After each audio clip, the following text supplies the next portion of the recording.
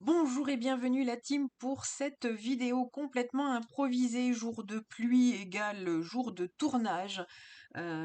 Plus sérieusement, je m'attelle, comme vous le voyez, à mon bureau, je suis en train de travailler, bosser dur, et je vois le temps passer et je me dis qu'il va y avoir effectivement la nouvelle lune qui va pointer le bout de son nez le 21 octobre. Si je ne dis pas de bêtises, nous sommes le 19, je crois, aujourd'hui. Oui, nous sommes le 19. Donc il se peut que vous ayez déjà des aspects de la Lune qui viennent un petit peu vous chahuter. La nouvelle Lune sera donc placée dans le signe de la Balance qui est un signe d'harmonie et d'équilibre et de l'équilibre aussi, tout dans la légèreté autant que faire se peut. Alors encore une fois, si vous ne vous reconnaissez pas dedans, c'est que c'est à travailler, hein. Si vous n'êtes pas dans l'harmonie, vous êtes plutôt dans le conflit, vous êtes plutôt dans la lourdeur et vous êtes, plutôt, dans la dissonance, j'entends, c'est qu'effectivement il y a un problème de concordance, il y a un problème d'équilibrage. Donc, j'ai déjà entendu, alors je vous le dis parce que j'ai déjà entendu plusieurs de mes confrères parler de nettoyage de relations relationnelles, alors notamment mes confrères qui font de l'astrologie. Donc je pense qu'effectivement là il y aura beaucoup de relationnel qui va se jouer. Ça ne m'étonne guère parce que le 21 en numérologie donne le 3 et le 3 généralement c'est l'entourage, l'expansion, les amitiés. Vous le voyez bien dans le tarot, le 3 de coupe c'est les amitiés. Donc c'est aussi finalement la fratrie et comment on s'entoure parce que vous savez que vous êtes la moyenne des 5 personnes qui vous entourent. Donc quand on a effectivement un problème de déséquilibre, on a plus facile d'aller voir à l'extérieur le déséquilibre, comme pour être spectateur de ce qui se passe à l'extérieur. Et une fois qu'on a compris, là, tout l'adage, c'est de revenir à l'intérieur. Et on se dit généralement dans ce constat de ce qui nous plaît pas à l'extérieur, mais moi je veux plus ci, je veux plus là, donc je l'incarne à l'intérieur de moi pour pouvoir changer mon extérieur. Il y a une sorte de ping-pong comme ça qui se joue. Donc si vous vous sentez impacté par le relationnel, c'est tout à fait normal, c'est tout à fait dans l'air du temps. Le 21, qui plus est, on est quand même sur une fin de cycle. Le 21 donne le monde. Donc vous voyez, autant dire que le monde autour de vous, hein, donc ça, on revient encore une fois à cette problématique peut-être relationnelle qui sera réglée ou pas. Parce que, encore une fois, quand vous êtes traversé par les lunaisons, c'est quand vous avez quelque chose, vous avez un dossier fumant sur le bureau. Si vous n'en avez pas, grandissez de ça, félicitez-vous et surtout prenez du temps pour vous reposer. C'est hyper important aussi de laisser infuser tout ça. Donc 21-10 en numérologie, un numérologue va chercher ces chiffres. Donc dans le 21-10, on est effectivement sur le 31. Donc on va être sur la vibration du 3, on en revient. Et avec le 1, ça nous donne du 4. Donc sur les fondations solides, hein, le 4, il aime bien sa sécurité et puis il aime bien construire. Donc il se pourrait aussi qu'il y ait des problématiques qui remontent en disant mais moi je n'ai pas l'impression de construire, par exemple, si vous n'avez pas l'entourage, ça peut être des gens, comme ça peut être aussi votre travail, comme ça peut être des loisirs, comme ça peut être la maison, voilà, ça peut être plein de choses. Ce qui vous entoure, est-ce que ça vous construit? Est-ce que ça vous permet d'aller vers vos projets? Est-ce que c'est bien organisé pour vous? Est-ce que ça va tenir dans le temps? Voilà, il y a tous ces questionnements-là qui peuvent venir vous agiter. En plus, en nouvelle lune, eh bien, c'est un nouveau fonctionnement. Et comme on est en plus dans le mois d'octobre, comme je vous l'ai dit dans la vidéo du mois d'octobre, on est là pour commencer des nouvelles choses, mais on les commence bien parce que dans la vibration du 10, on a du 1, on a du 0. Donc le 1 est poussé par le 0 qui est vraiment une vibration divine, qui est vraiment très challengeante. Donc on est vraiment poussé à se reconstruire, mais sur des meilleures bases, hein, d'où notre 4 qui traîne dans les parages. Voilà, ça c'était pour l'aspect numérologie. Je vais me laisser du coup canaliser si j'ai des messages autres, vous le savez. Et je vous ai choisi 3 jeux. Alors c'est des nouveaux jeux.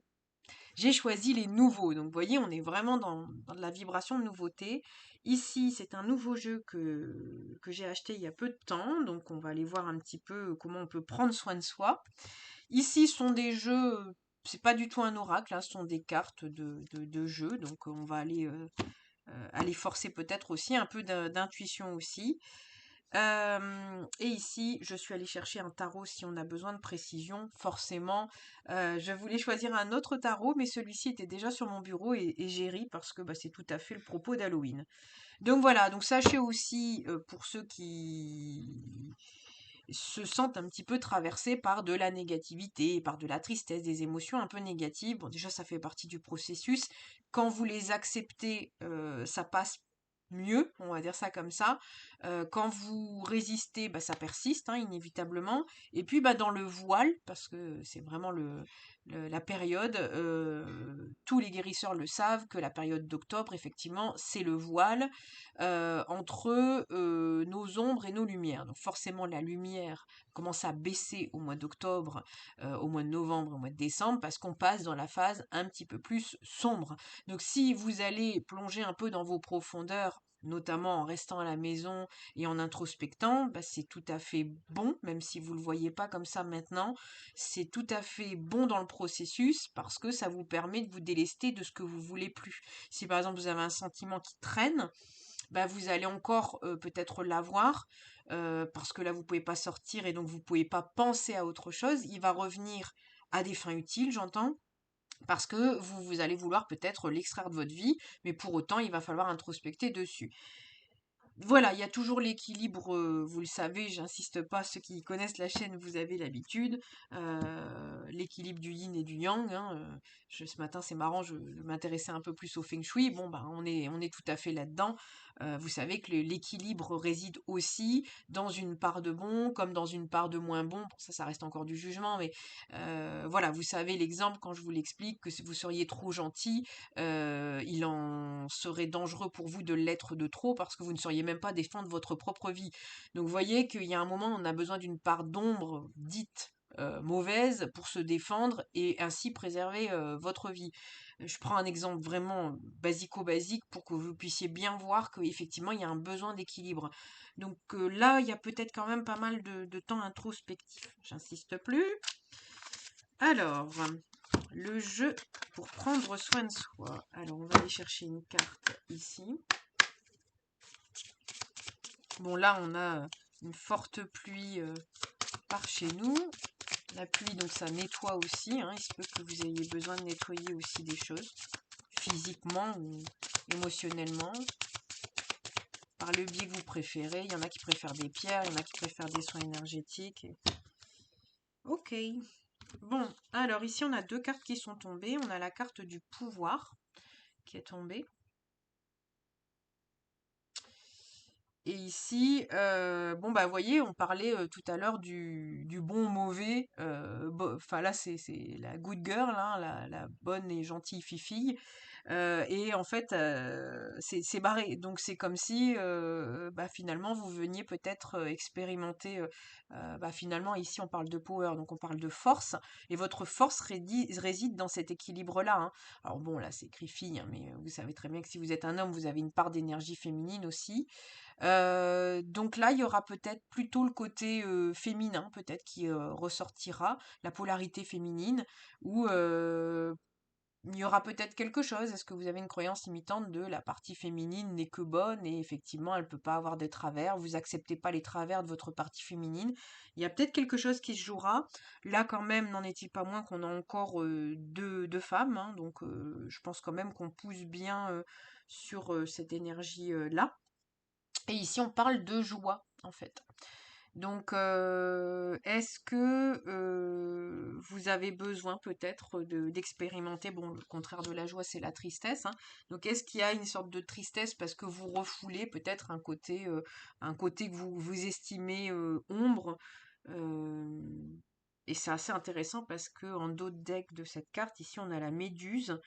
Bon, on a encore une jeune femme en dessous, et la méduse, c'est quand même l'animal totem du féminin sacré. Donc clairement, j'ai un frisson, il y a quelque chose par rapport au féminin là qui va se jouer.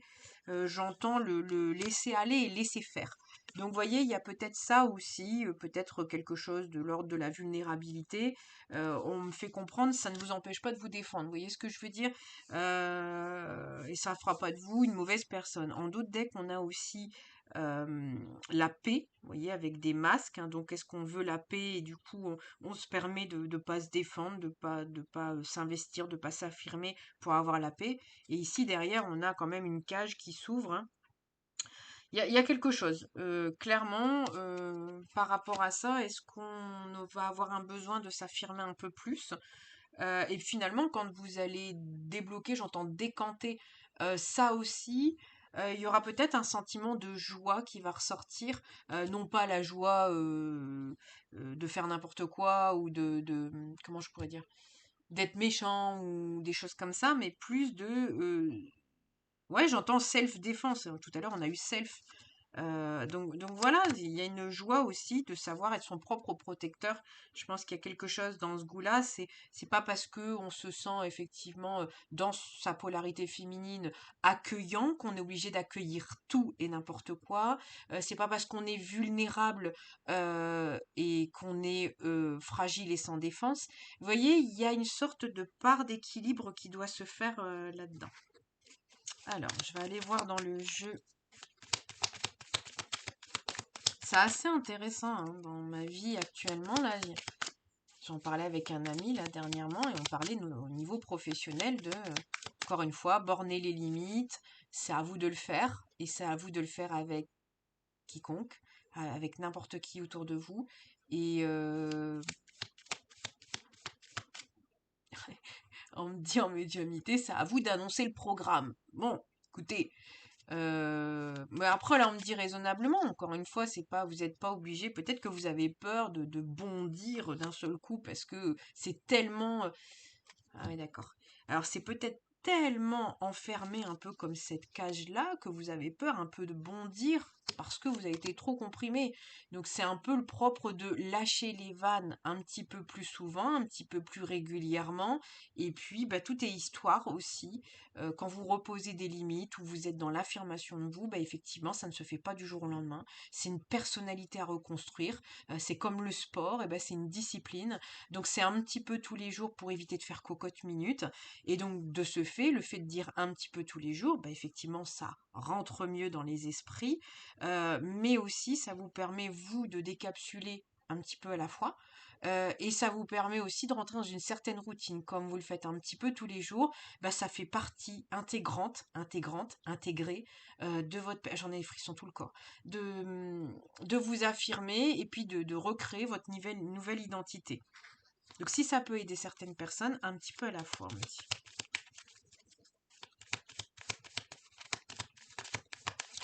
Voilà.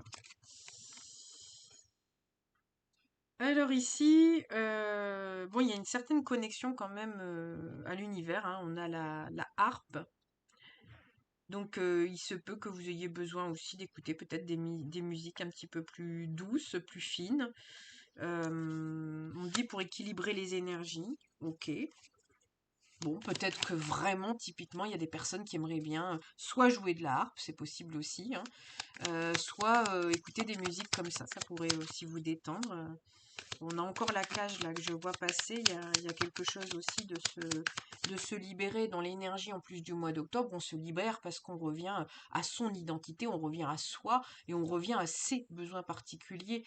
Euh, Personnellement, moi je ressens, vous le voyez, les vidéos, il y en a moins, et je ressens vraiment le besoin de faire des to-do list, des choses et de revenir à mon essence, comme pour être sûre de plus me tromper dans mes besoins essentiels en fait.